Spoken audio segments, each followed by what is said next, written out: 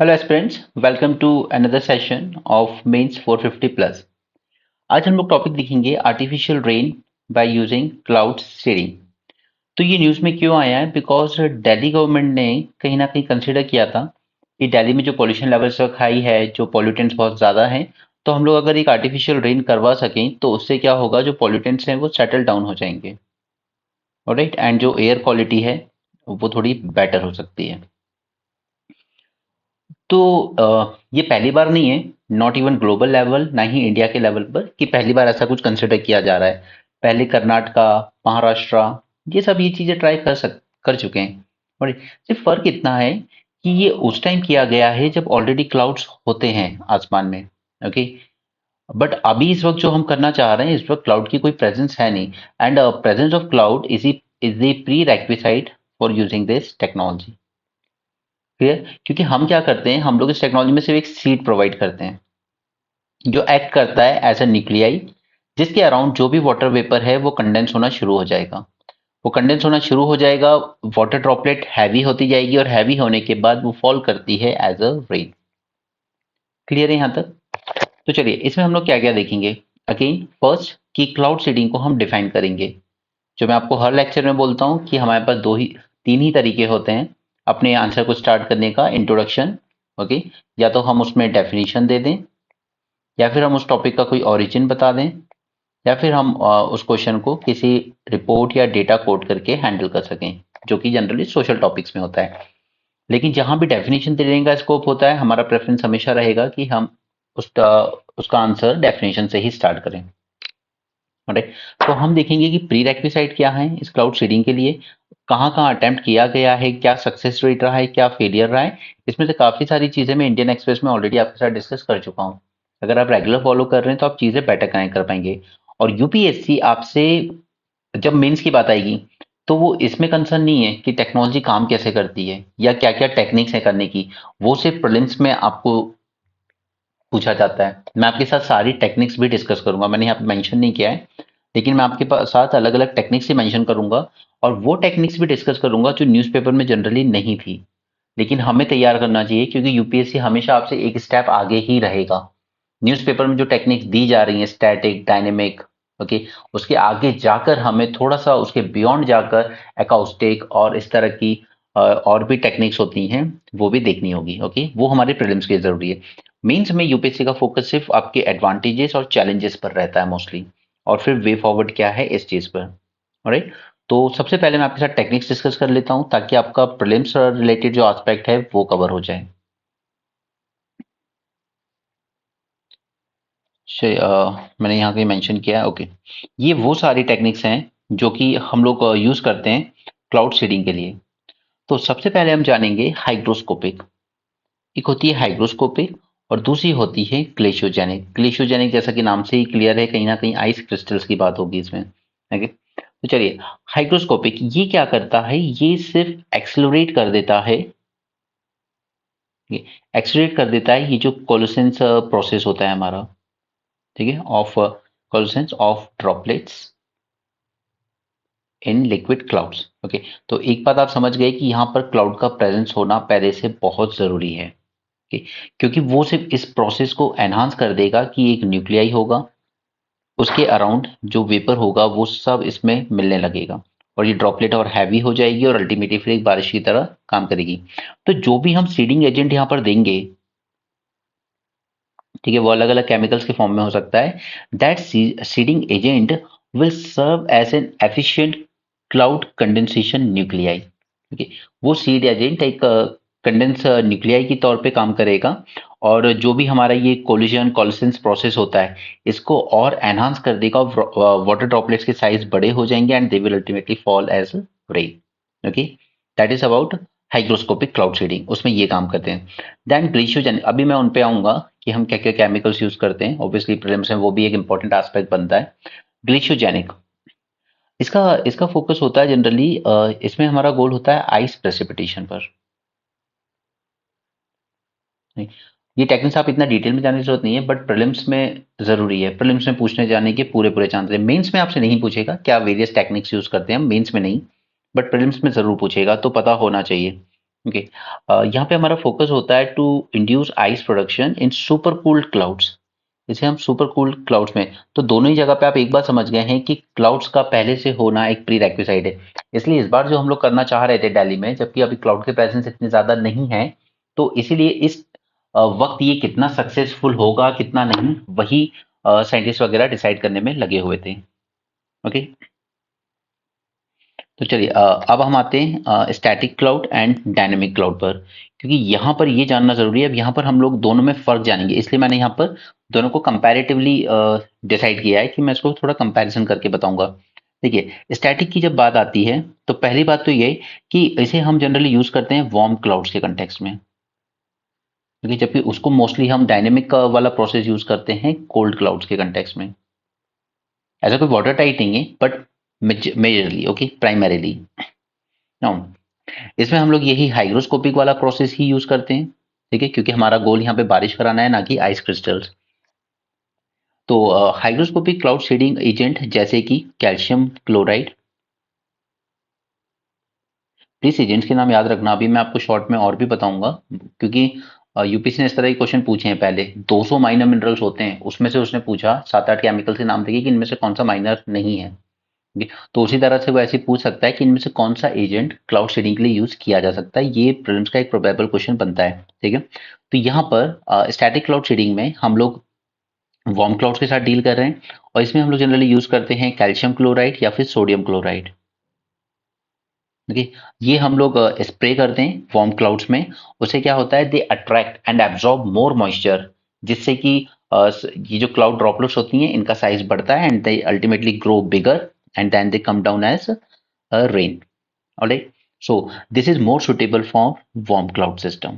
Okay, क्योंकि इनमें क्या होता है कि ऑलरेडी पहले से काफी हाई ह्यूमिडिटी होती है। ठीक, लेकिन अगर हाई ह्यूमिडिटी है तो फिर भी बारिश अपने आप क्यों नहीं हो पा रही? वो इसलिए नहीं हो पा रही क्योंकि जो ड्रॉपलेट्स के साइज हैं वाटर ड्रॉपलेट्स के, वो उतने हैवी नहीं है कि वो नीचे आए बारिश के रूप में। वो बहुत वाटर ड्रॉपलेट्स हैं, मगर वो कंडेंस नहीं हो पा रहे हैं, आपस में कोल्सेंस नहीं हो पा रहा है। उसी को इंक्रीज करने के लिए हम लोग ये एजेंट्स स्प्रे करते हैं क्लाउड्स में। ऑलराइट, ये जनरली यूज किया जाता है एग्रीकल्चर रीजन में, या जहां पर वाटर की कमी होती है, या कहीं पे ड्रॉट वगैरह आए हैं तो उसके लिए। ठीक है, so that is about static. अब देखते हैं डायनेमिक वाले को। डायनेमिक में क्या होता है? Again, this method is aim to simulate the formation of ice crystal. और ये हम लोग यूज करते हैं with in super cooled clouds. ठीक है, मतलब पर्टिकुलरली हम लोग यहाँ पर कोल्ड क्लाउड्स के साथ डील कर रहे हैं। और एजेंट्स इसमें यूज किए जाते हैं मोस्टली सिल्वर आयोडाइड या फिर पोटेशियम आयोडाइड। राइट, ये याद रखिएगा। ठीक है, अगेन वर्क वही है, एक न्यूक्लियाई की तरह एक्ट करेंगे, उसके आसपास के वाटर को अपने पास कंडेंस करेंगे, फ्रीज करेंगे, और फिर आइस ड्रॉपलेट्स के फॉर्म में फॉल होगा ये अल्टीमेटली। क्लियर? तो अगर ये दो समझ में आ गए तो अब हम लोग कुछ और भी केमिकल्स के नाम जान लें। अभी बाकी की टेक्निक्स पे भी हम बात करेंगे, पहले कुछ केमिकल्स के नाम जान लेते हैं। तो हमने यहाँ पर देख लिया है कैल्शियम क्लोराइड, सोडियम क्लोराइड। ठीक? यहाँ पर हमने देख लिया सिल्वर आयोडाइड, पोटेशियम आयोडाइड। इसके अलावा भी और भी होते हैं जिनका नाम जानना चाहिए, जैसे ड्राई आइस भी यूज की जा सकती है, प्रोपेन, कैल्शियम कार्बाइड। ये प्लीज याद रखिए, क्योंकि ये सब न्यूज़ में कहीं ना कहीं मेंशन हुए हैं, और जो न्यूज़पेपर या किसी मैगजीन के आर्टिकल में एक बार आ गया ना, वो यूपीएससी की नज़र में चढ़ जाता है, वो फिर आपको ज़रूरत हो जाती है उसकी। ठीक है, तो कैल्शियम कार्बाइड, उसी तरीके से ammonium nitrate, sodium chloride and urea compounds. All these along with these four, these two and these two, इन ये सारे के सारे एजेंट्स की तरह यूज होते हैं। ओके, तो प्लीज याद रखिएगा, डोंट फॉरगेट दैम। अब मैं आपको बता देता हूँ कुछ ऐसी टेक्निक्स जो अभी न्यूज़पेपर में नहीं है लेकिन ये भी यूज होती हैं मोस्टली। आप कह सकते हो कि एक्सपेरिमेंट बेसिस पर ही चल रही है अभी वर्ल्ड ओवर, बट फिर भी जानना जरूरी है। यूपीएससी आपसे एक्सपेक्ट करता है कि आपकी जनरल अवेयरनेस का लेवल एक स्टेप आगे हो as compare to normal people. No see, इसमें क्या करते हैं, इसमें हम लोग ग्राउंड बेस्ड या एयरबॉर्न अकाउस्टिक जनरेटर्स यूज करते हैं to simulate sound wave in the clouds. Clouds में हम साउंड वेव सिमुलेट करने की कोशिश करते हैं। इससे क्या होता है, अगेन वही जो कॉलसेंस होता है वो इंक्रीज हो जाता है। ओके, ये बढ़ जाता है और इस वजह से जो ड्रॉप्स होती हैं वाटर की उनका साइज बढ़ जाता है and they come down as rain. Right, तो इसको याद रखिएगा, अकाउस्टिक अकाउस्टिक को। ओके, इसके अलावा होती है इलेक्ट्रिक क्लाउड सीडिंग। इसमें हम लोग here we release charge particles. Okay, charge particle जैसे सिल्वर आयोडाइड या इवन कैल्शियम क्लोराइड। ठीक है, इनको हम लोग रिलीज करते हैं क्लाउड्स में। तो ये क्या करते हैं अल्टीमेटली, जो हर एक क्लाउड का इलेक्ट्रिक चार्ज होता है, इलेक्ट्रिक चार्ज उसको ऑल्टर करना शुरू कर देते हैं। ओके, उनका जो डिस्ट्रीब्यूशन होता है विद इन द क्लाउड उसको डिस्ट्रीब्यूट करना शुरू कर देते हैं, उसको डिस्टर्ब करना शुरू कर देते हैं और फिर अल्टीमेटली क्या होता है कि कोलिजन एंड कोलिसेंस जो वाटर ड्रॉप क्लाउड के अंदर होता है वो कोलिसेंस एंड ये बढ़ जाता है। ओके, जिस वजह से वाटर ड्रॉपलेट्स और बड़ी होने लगती हैं और अल्टीमेटली फिर रेन होती है। उसी तरीके से बायो क्लाउड सीडिंग भी एक तरीका है, जहां पर क्या कर रहे हैं हम लोग बैक्टीरियाज का यूज करते हैं एज सीडिंग एजेंट्स। ओके, तो ये बैक्टीरिया कुछ अलग तरह के बैक्टीरिया ये वर्क करते हैं as a ice nuclei. Okay, और ये प्रेसिपिटेशन को बढ़ाते हैं। ठीक है, तो हमने ये सारी टेक्निक्स देखी जो कि अगेन आई एम टेलिंग ये आपको मेंस में नहीं पूछी जाएंगी बट ये आपको प्रीलिम्स में बहुत पूछी जाएंगी। पूरे पूरे चांसेस हैं। प्रीलिम्स में आपको दो तरह से क्वेश्चन आ सकता है, टेक्निक्स पूछा जा सकता है एंड एजेंट्स पूछे जा सकते हैं कि इनमें से कौन से एजेंट्स यूज करते हैं और कौन से नहीं। ठीक है, तो ये एजेंट्स वगैरह पे एक एमसीक्यू मैंने आपको ग्रुप में पोस्ट भी किया था ताकि आप ये सबसे फैमिलियर हो जाएं, इसके पूछे जाने के पूरे चांसेस हैं। फिर ऐसे में क्या होता है कि फिर हम लोग को ये थॉट आता है कि यार इतने एजेंट्स के नाम कैसे याद रख सकते हो, और ऐसा नहीं है कि सिर्फ इतने से ही हैं, और भी हैं, बट जो न्यूज में आ गया वो हमारे लिए जरूरी हो जाता है कि हम उसको जरूर याद रखें। यूपीएससी आजकल specially with respect to prelims वो पूरा न्यूज़पेपर ओरिएंटेड होता जा रहा है। अब ये आपके लिए पॉसिबल नहीं है कि आप सारे न्यूज़पेपर फॉलो करें। द हिंदू, इंडियन एक्सप्रेस दो नहीं होते हैं तो फिर सारे होना तो बहुत दूर की बात है। एनीवे चलिए आगे चलें। आगे अब हम आ जाते हैं अपने मेन टॉपिक पर। सबसे पहले आप इसको डिफाइन कैसे करेंगे। तो ठीक, क्लाउड सीडिंग को जो आप डिफाइन करेंगे तो आप कह सकते हैं it is a kind of weather modification technology. Okay, और गोल क्या होता है इसका, to create artificial rain, but it works only it works only when there are sufficient or enough pre-existing clouds in the atmosphere. That should be your definition, that cloud seeding is a kind of weather modification technology to create artificial rain. It works only when there are enough pre-existing clouds in the atmosphere. Okay, that's how you gonna start your answer. अब देखिए यहाँ पे हम यहाँ पे airplane के through हम spray कर सकते हैं। ठीक है, या फिर हम लोग जनरली यहाँ से कुछ मशीन गन्स के वगैरह थ्रू भी फायर कर सकते हैं कि ये सब वहां पे जाएगा आसमान में और क्लाउड में जाके इसको शीडिंग प्रोवाइड करेगा। Chemicals, silver iodide, potassium iodide, dry ice, okay, liquid propane. मैंने आपके साथ वही सब यूज किए हैं जो न्यूज में रहे हैं। ओके, क्योंकि मैं नहीं चाहता कि कोई चीज ऐसी आए, क्योंकि जब आप पीवाई क्यू सर्च करने जाएंगे ना अधिकतर आपको उनके प्रीलिम्स के क्वेश्चन के जो मिलेंगे रेफरेंस वो करंट अफेयर से ही मिलेगा। अलग अलग न्यूज़पेपर से मिल सकता है बट मिलेगा करंट अफेयर से ही। इसी करंट अफेयर्स को हम इतना ज़्यादा एम्फिसाइज कर रहे हैं। राइट, तो या तो हम लोग इसको जनरेटर्स के थ्रू वो कर सकते हैं या फिर एंटी एयरक्राफ्ट गन्स और रॉकेट्स। अगर आपने भुज मूवी देखी है तो आपने उसमें देखी होगी एंटी एयरक्राफ्ट गन क्या होता है। प्लेन्स को मार गिराने के लिए यूज करते हैं, नीचे तोप टाइप होती है बहुत। ओके, उसको यूज करते हैं। For release by aircraft silver iodide flares are ignited and dispersed as an aircraft flies through the clouds.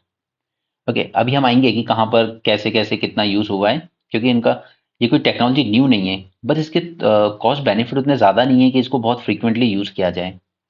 Now अगर जैसे हम यूएई की बात करें तो we all know dry region है। ठीक है, वहाँ पे पानी की शॉर्टेज हमेशा ही रहती है, तो ये अपने यहाँ रेनफॉल इंक्रीज करने के लिए इसको यूज़ करता है इस टेक्नोलॉजी को। चाइना की बात करें तो बहुत पहले इसने 2008 में बीजिंग ओलंपिक्स के टाइम पर यूज़ किया था, बट मैं प्रेफर नहीं करूंगा कि आप इतना पुराना कंटेक्स्ट रेफरेंस में थे। ठीक है, हम देंगे बेटर है कि हमारे यहाँ खुद सोलापुर महाराष्ट्र में आप जानते हैं कि थोड़ा सा ड्राई रीजन में आता है, तो यहाँ पर भी हमने रेनफॉल को इंक्रीज करने के लिए ऑलमोस्ट उसका रिजल्ट भी अच्छा आया था कि 18% इंक्रीज देखने को मिला था, तो हमने इसको यहाँ पर यूज किया था। गोल वही है, एक सीड न्यूक्लियाई प्रोवाइड करते हैं ये, जिसके अलाउड अराउंड जो भी वेपर होता है वो सब कंडेंस होना शुरू हो जाता है और वाटर ड्रॉपलेट्स बनने लगती हैं। ठीक है, अब आ जाते हैं कि इसके एडवांटेजेस, जो कि हमारे मेंस का मेन फोकस एरिया रहता है। तो देखिए, एयर पॉल्यूटेंट्स सबसे ज्यादा इंपॉर्टेंट पर्टिकुलेट मैटर, ये 2.5 एंड पीएम 2.10, सॉरी पीएम 10, ठीक है, ये सबसे ज्यादा परेशान करते हैं क्योंकि ये इतने छोटे होते हैं कि आपकी सांसों के थ्रू आपके लंग्स तक में घुस के, और ना सिर्फ लंग्स में, एक रिपोर्ट ये बताती है कि ये लोगों की ब्लड स्ट्रीम में तक एंटर कर जाता है। ओके, तो ये लोगों को हद से ज्यादा बीमार बना सकता है। तो इसके पीछे गोल यही होता है कि अगर ऐसे में रेनफॉल करवा दी जाए तो ये जो पॉल्यूटेंट्स हैं ये सेटल डाउन हो जाते हैं ग्राउंड पर। ओके, और ये जो हवा में मिक्स हुए हैं वो हार्मफुल इफेक्ट थोड़े से कम हो जाते हैं। ठीक है, तो हम लोगों ने यही कंटेक्स्ट अभी यूज किया था कि ये विंटर में ये जो स्पेशली पंजाब हरियाणा, इसमें जो पराली जलने का क्रॉप रेसिड्यू बर्न की वजह से जो दिल्ली पोल्यूशन बढ़ जाता है, तो हम इस एयर पोल्यूशन को से डील करने के लिए इसका यूज कर सकें। बट अगेन, ये सब करने की ना कॉस्ट बहुत ज्यादा आती है, बहुत ज़्यादा। उससे तो बेटर है कि आप पॉल्यूशन के जो सोर्सेस हैं उन्हीं पे कंट्रोल कर लीजिए। राइट, और आज मैंने आपको इंडियन एक्सप्रेस के न्यूज़पेपर से एक आर्टिकल भी दिया है जिसमें 9 पॉइंट्स दिए हुए हैं कि आप कैसे इस सोर्स को ही मैनेज कर सकते हैं कि पॉल्यूशन हो ही ना ज़्यादा। ओके, चलिए next, controlling for forest forest fire. अब कई बार जंगलों में जब आग लग जाती है तो वो हेलीकॉप्टर से पानी भर भर के ले आया जाता है, वो इतना इफेक्टिव नहीं होता। उससे बेटर होता है कि हम क्लाउड सीडिंग करें, इंड्यूस करें रेनफॉल को, ताकि वो फायर को बुझाया जा सके। ठीक है, इसी को बहुत अच्छे से यूज किया था ऑस्ट्रेलिया ने अपने यहाँ पर जब बुश फायर हुई थी, ऑस्ट्रेलिया में बुश फायर। अब अगेन ये एग्जाम्पल आप प्लीज देंगे, ये सब एग्जाम्पल्स आपको देने होंगे। जब तक आप करंट के किसी एग्जाम्पल से कनेक्ट नहीं करोगे ये पॉइंट उतना ज्यादा इंपैक्टफुल लगेगा नहीं आपके आंसर में। That's what we all have learn from answer copy of Shruti Sharma.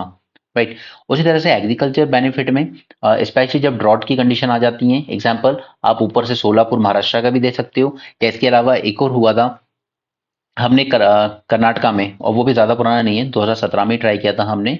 हमने वहां पे लॉन्च किया था प्रोजेक्ट वर्षाधारी। राइट, उसमें यही था कि हमारे जो फार्मर्स हैं उनकी एग्रीकल्चर में दिक्कत आ रही थी पानी की कमी से, तो हमने इस टेक्नोलॉजी का यूज किया था। ओके, तो ये सिर्फ उसके लिए ही नहीं है कि इकोनॉमी वाइज ही, सोशल वाइज भी। सोशल कैसे, पॉल्यूशन को कम करेंगे, लोगों की हेल्थ बेटर होगी, बच्चों के स्कूल जो बंद हो जाते हैं पॉल्यूशन की वजह से, इस वक्त दिल्ली में हुए भी हैं। ठीक है, तो अल्टीमेटली ये सोशल एस्पेक्ट हो गया इसका। इकोनॉमिक एस्पेक्ट कि हमारा फार्म की प्रोडक्टिविटी कम ना हो जाए, ठीक है, पानी की कमी से प्रोडक्शन कम ना हो जाए, फूड सिक्योरिटी को थ्रेट ना हो। तो इसके दोनों बेनिफिट्स होते हैं, सोशल सोशल बेनिफिट्स भी, इकोनॉमिक बेनिफिट्स भी। अगर क्वेश्चन में आपसे स्पेशली बेनिफिट पूछे जाएं इसके, तो प्लीज दोनों हेडिंग डाल के हाईलाइट कीजिएगा, सोशल बेनिफिट्स भी, इकोनॉमिक बेनिफिट्स भी। क्लियर? नेक्स्ट, नेक्स्ट यूज किया जाता है पावर जनरेशन के लिए। ठीक है, क्योंकि देखिए कई बार क्या होता है कि आपने इतना ज्यादा इन्वेस्ट किया होता है हाइड्रो पावर जनरेशन में, बट सडनली आप देखते हैं कि साल के किसी 2-3 महीना ऐसे आ गए जब रिवर में ज्यादा पानी नहीं है या डैम में पानी नहीं है, तो ये पूरा इन्वेस्टमेंट कैसे निकलेगा आपका। तो इसी का यूज करने के लिए हम लोग क्लाउड सीडिंग करते हैं, ताकि वहां पे उसी सिर्फ उस पर्टिकुलर एरिया में जो भी थोड़ा बहुत कुछ 100 स्क्वायर किलोमीटर का एरिया है, उसमें एक अलग ही माइक्रो क्लाइमेट बनाया जा सके। ठीक है, ताकि वहां पर बारिश हो, पावर हो, वाटर अच्छा फ्लो हो, और फिर पावर जनरेशन कर सके हम। तो ये भी किया था ऑस्ट्रेलिया ने तस्मानिया में। ऑस्ट्रेलिया में तस्मानिया शायद वही प्रोविंस है जहाँ से रिकी पॉन्टिंग आता है, उनका जो कैप्टन हुआ करता था क्रिकेट का फेमस। ओके, तो यहाँ पर हम लोग हाइड्रो पावर जनरेशन को करने के लिए भी इसको यूज कर सकते हैं। इसके अलावा आप जितने चाहें ना उतने एग्जाम्पल सोच सकते हैं। जैसे अगर आपने न्यूज़ फॉलो की होगी तो आपने यूएसए में एक प्रोजेक्ट का नाम सुना होगा, प्रोजेक्ट स्काई वाटर, जो बहुत पुराना है बट न्यूज़ में आया था, क्योंकि जब इस चीज़ की बात हो रही थी तो उन्होंने बात की थी। ओके, उसका गोल यही था कि जो फॉग वगैरह हो जाता है उसको डिस्पर्स किया जा सके, क्योंकि फॉग की वजह से क्या हो जाता है, आपकी फ्लाइट्स में दिक्कत आती हैं, आपकी फ्लाइट्स टेक ऑफ या लैंड नहीं कर पाती इजिली। तो फॉग को डिस्पर्स करने के लिए यूज किया जाता है।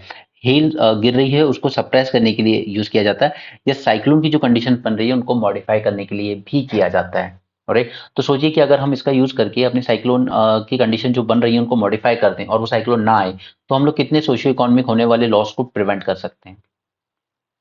क्लियर? उसी तरीके से एक माइक्रो क्लाइमेट, एक अलग ही तरह का एक छोटे एरिया में जहाँ पे हमें जैसा क्लाइमेट चाहिए कुछ स्क्वायर किलोमीटर एरिया में, उसको हम क्रिएट कर सकते हैं इसकी मदद से। राइट, कि हमें यहाँ पर बारिश कितनी चाहिए, ड्रॉट, फ्लड जो भी कंडीशंस बनती हैं। इसके बाद हम लोग देख लेते हैं कि इसमें चैलेंजेस क्या हैं। तो सबसे पहला चैलेंजेस हमने शुरू में ही देख लिया था कि इसके लिए एक प्री रेक्विसाइट है, there should be moisture filled clouds. अगर उसमें मॉइस्चर होगा ही नहीं तो आप कितने भी सीड दे लीजिए, उसके अराउंड कंडेंस क्या होगा, होना तो चाहिए कुछ, तब तो कंडेंसेशन होगा ना उसके अराउंड, कुछ वेपर्स तो प्रेजेंट होने चाहिए ना वहां पर। तो हमें अपना मॉइस्चर फिल्ड क्लाउड जो है वो बहुत जरूरी है। ओके। और यही प्रॉब्लम है इस वक्त दिल्ली में, कि दिल्ली में इस वक्त जो क्लाइमेट बना हुआ है उसमें हमारे पास मॉइस्चर वाले क्लाउड नहीं है। ओके। इसलिए इस वक्त पे इस आर्टिफिशियल रेन को यूज करना बहुत डिफिकल्ट है। अब याद कीजिए कि महाराष्ट्र ने सोलापुर में किया था, इसलिए किया था क्योंकि उनके यहाँ मानसून सीजन में भी बारिश उतनी हो नहीं पा रही थी जितनी होनी चाहिए थी। यानी कि मॉइस्चर के क्लाउड्स थे, दी ओनली थिंग वॉज कि ड्रॉपलेट्स उतनी हैवी नहीं थी कि वो बारिश की तरह गिर पाए। तो उन्होंने क्या किया, एक्स्ट्रा सीट्स दे दिए कि वहां पर जो भी वेपर है वो कंडेंस होना शुरू हो जाएंगे और वो फिर हैवी हो जाएंगे आपस में कंडेंस होके। ओके। लेकिन दिल्ली में इस वक्त यही प्रॉब्लम है कि ये विंटर सीजन चल रहा है और विंटर में मॉइस्चर फिल्ड क्लाउड्स नहीं मिलते हैं। क्लियर, फर्स्ट पॉइंट क्लियर है। Second, second challenge. अब देखिए एनवायरमेंट इम्पैक्ट इसका हमेशा से एक बहुत बड़ा चैलेंज रहा है, क्योंकि आप केमिकल्स रिलीज कर रहे हो, आप ऊपर केमिकल्स रिलीज कर रहे हो एटमॉस्फेयर में, ठीक है, जैसे सिल्वर आयोडाइड या पोटेशियम आयोडाइड। तो उसका हमेशा से एक रिस्क रहता है बायो एक्यूमुलेशन का, कि वो बायो एक्यूमुलेट हो सकते हैं, वो रह सकते हैं एनवायरनमेंट में आगे काफी समय तक, और ये अल्टीमेटली टॉक्सिसिटी क्रिएट करेंगे। ओके। और उसके बाद हमने एक और केमिकल का नाम क्या देखा था, ड्राई आइस। ड्राई आइस क्या होती है एक्चुअली में, dry ice is nothing but solid carbon dioxide. Okay. तो एक तरफ तो हम क्लाइमेट चेंज की बात करते हैं, हम कहते हैं कार्बन डाइऑक्साइड कम करनी है हमें एटमॉस्फेयर में, यहाँ पे हम उल्टा सॉलिड कार्बन डाइऑक्साइड रिलीज कर रहे हैं, सॉलिड कार्बन डाइऑक्साइड। तो अल्टीमेटली ये तो फिर ग्लोबल वार्मिंग करेगा, राइट। तो ये दो दो इश्यूज हैं जो एनवायरनमेंट को हार्म करेंगे इसके थ्रू। ओके। देन नेक्स्ट इज, इसकी कॉस्ट बहुत ज़्यादा है, इसकी कॉस्ट काफ़ी ज़्यादा होती है, ठीक है। एक तो आप एयरक्राफ्ट वगैरह के थ्रू रिलीज करोगे इसको, वो अलग अलग इशू है, वो एक अलग ही कॉस्ट है, ठीक है। उसके बाद काफ़ी काफ़ी ज़्यादा लॉजिस्टिक कॉस्ट इसकी काफ़ी ज़्यादा आती है, ठीक है। तो अगेन वो उतना इंपॉर्टेंट पॉइंट नहीं है बट एक इशू है ये भी। ओके। नेक्स्ट इज, हाँ, ट्रांसबाउंडरी इशू। अब सपोज कीजिए, क्योंकि देखिए क्लाउड्स का या एटमॉस्फेयर की कोई बाउंड्री मैटर नहीं करती उसको, ठीक है, कि ये इंडिया की बाउंड्री है, पाकिस्तान की है, चाइना की, डजेंट मैटर। बट सपोज कि अगर एक दूसरी कंट्री है, जो चाहे वो चाइना हो पाकिस्तान, वो नहीं चाहती कि उसके यहाँ इस वक्त आइस क्रिस्टल्स गिरे या उसके यहाँ पर इस वक्त रेन हो। बट अगर हम लोग हमारे यहाँ करने की कोशिश करते हैं, सपोज हम अपने बंगाल में करने की कोशिश करते हैं, और वो चीज़ बांग्लादेश के साथ भी हो जाए और उनके यहाँ बारिश आ जाए, ऐसे समय पर जब उनके यहाँ मान लो फसल कटी हुई है, सब कुछ एकदम सुखा के रखा हुआ है और आपने बारिश करा दी, ठीक है, तो अल्टीमेटली ये क्या करेगा, ये एक डिप्लोमेटिक चैलेंज बन जाएगा, राइट। या एक आप कह लीजिए कि इंटरनेशनल कंसर्न बन जाएगा, कि सामने वाली कंट्री को परेशान करना है, उसकी फूड सिक्योरिटी को हार्म करना है, चलिए ऐसे टाइम पे अपन आर्टिफिशियल रेन करवा देते हैं इनके यहाँ पर। तो ये भी गलत होगा काफी। ओके। इसके अलावा अ, अच्छा, यहाँ एनवायरमेंट इम्पैक्ट में ना एक पॉइंट और लिखिए, कि आप जो नेचुरल वेदर पैटर्न है उसको डिस्टर्ब कर रहे हो, या इसको एक अलग ही पॉइंट बना के लिख लीजिए कि ये अल्टीमेटली हमारे जो नेचुरल वेदर पैटर्न है उसको भी डिस्टर्ब करेगा। ओके। तो हो सकता है कि किसी रीजन में एक्सेसिव ड्रॉट आ जाए इसकी वजह से, क्योंकि आपने पैटर्न डिस्टर्ब कर दिया है, और किसी रीजन में एक्सेसिव फ्लड आ जाए, ठीक है, क्योंकि आपने यहाँ पर डिस्टर्ब किया। इसको एक अलग ही पॉइंट बना के लिख लीजिए आप, ठीक है, ये अच्छा पॉइंट है, नेचुरल वेदर पैटर्न को डिस्टर्ब कर रहे हो आप। फिर, इसके बाद ethical and legal challenges. Now see, अगर आपकी गलती से किसी कंट्री में हद से ज़्यादा फ्लड्स आ गए, ठीक है, आपने वेदर पैटर्न डिस्टर्ब किया, या कहीं पे ड्रॉट आ गया क्योंकि आपने वेदर पैटर्न डिस्टर्ब कर दिया, तो इसके ऐसे में लीगल चैलेंजेस, किसको किसको लायबल ठहराओगे आप, ठीक है, कौन सी कंट्री ये लाइबिलिटी लेगी कि ये हमारी गलती से हुआ है, राइट। क्या वो लाइबिलिटी मान के आपको कंपेंसेशन पे करेगी, नॉट पॉसिबल, राइट। सो फिर तो ये कुछ इश्यूज बनेंगे। फिर हेल्थ एंड सेफ्टी, वही जो हमने ऊपर बात की कि आपने केमिकल्स वगैरह रिलीज किए हैं, वो बाकी बायो एक्यूमुलेट हो सकते हैं ऊपर, ओके, और वो बारिश के साथ नीचे भी आएंगे, और हमारे यहाँ तो लोगों को आदत है बारिश में नहाने की। तो ये आपकी हेल्थ, आपकी सेफ्टी पर इश्यूज क्रिएट होंगे। राइट। ओके।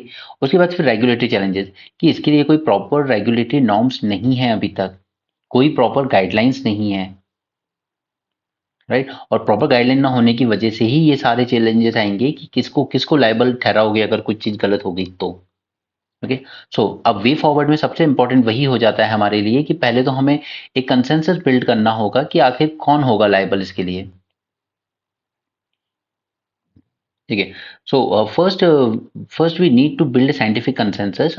पहले साइंटिफिक कम्युनिटी खुद ही डिसाइड कर ले कि कितनी इफेक्टिव है ये टेक्नोलॉजी, इसकी इफेक्टिवनेस चाहिए। और एट द सेम टाइम हमें एक यूनिवर्सल कंसेंसस भी चाहिए इस पर, ठीक है, कि ये कितनी इसकी एफिकेसी क्या है, इसकी इफेक्टिवनेस क्या है। ठीक है, क्योंकि इसका अल्टीमेटली आज हम यूज कर लें अपने उसके लिए ठीक है, बट लॉन्ग टर्म में इसके क्या साइड इफेक्ट्स निकल कर आएंगे ये अभी से कह पाना थोड़ा सा मुश्किल है। ओके। इसके लॉन्ग टर्म इफेक्ट्स जो हमारे पूरे इकोसिस्टम पे पड़ेंगे, अगर वो केमिकल बायोएक्टिवेट होता रहा उसमें तो ये लॉन्ग टर्म में पता चलेगा। आपको पता चल रहा है कि 10 साल बाद पता चल रहा है कि सोलापुर में फिर बारिश ही नहीं हो रही है। ठीक है, या इतनी टॉक्सिसिटी बढ़ गई, इतना बायोएक्टिवेट हो गया कि जब वो बारिश आई नीचे तो आपका ग्राउंड वाटर या आपके पेड़, ठीक है, प्लांट्स वगैरह, उनको बहुत हार्म पहुंचाने लगी हुई चीजें। तो ये सब लॉन्ग टर्म कॉन्सिक्वेंसेस है जो हमें बाद में ही पता चलेंगे कि अल्टीमेटली ये हमारे वाटर रिसोर्सेज पर क्या इम्पैक्ट करती है, एयर क्वालिटी पर क्या इम्पैक्ट करती है, या क्लाइमेट पर क्या इम्पैक्ट करती है। तो ज़रूरत है कि एक थॉरो रिसर्च हो पहले इसके बारे में, इससे पहले कि इसको ज़्यादा अपनाया जाए। ऑलराइट। देन अल्टीमेटली एक रेगुलेटरी मैकेनिज्म बनाना ज़रूरी है बहुत ज़्यादा, ताकि एक रेगुलेटरी मैकेनिज्म इवॉल्व किया जाए so that there could be some accountability जो भी इसको यूज़ कर रहे हैं, as well as there should be a transparency. ऐसा नहीं कि हम इसको यूज़ कर रहे हैं अपने राजस्थान में और पता चल रहा है कि बाद में पाकिस्तान पर इसके कुछ नेगेटिव इम्पैक्ट देखने को मिले। राइट। तो दे शुड बी ट्रांसपेरेंसी। हम यूज़ कर रहे हैं तो हम भी नेबर कंट्रीज को बताएं इस बारे में, वो यूज़ कर रहे हैं तो वो भी हमें बताएं कि हम इस तरह का कुछ करने जा रहे हैं। ओके। नेक्स्ट इज कि अल्टीमेटली फिर आपको जो पब्लिक के कंसर्न्स हैं जैसे केमिकल्स के बायो एक्यूमुलेशन को लेकर, ठीक है, ये इस तरह की जो कंसर्न्स है पब्लिक के, पहले आप उनको एड्रेस कीजिए। Public should be told about कि इसके फायदे तो हो सकते हैं लेकिन इसके नुकसान भी हो सकते हैं। नहीं, इस पे पॉलिटिक्स नहीं होनी चाहिए। और रही बात इस पूरे टॉपिक की, तो मैं इसको वैसे सब्जेक्ट वाइज मैंने प्लेलिस्ट बना रखी है ऑलरेडी यूट्यूब पर, तो आप वहाँ से देख ही सकते हैं किस में आता है। बट इसको मोस्टली आप GS3 से रिलेट करेंगे अपने, जहाँ पर हम लोग एनवायरमेंट पॉल्यूशन या एनवायरमेंट डिग्रेडेशन की बात करते हैं। ठीक है, जो आपके सिलेबस में मेंशन है। ऑलराइट।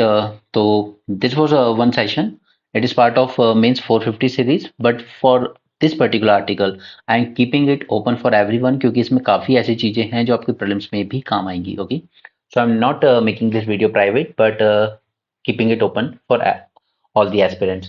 सो अगर आपको ये यूजफुल लगता है, आपको लगता है कि this mains 450 plus program could be helpful for you in achieving your goal in 2024, so please do subscribe it. Fees is very nominal, that is just 1000 rupees per month. So thanks for joining this session. Have a great day and keep learning.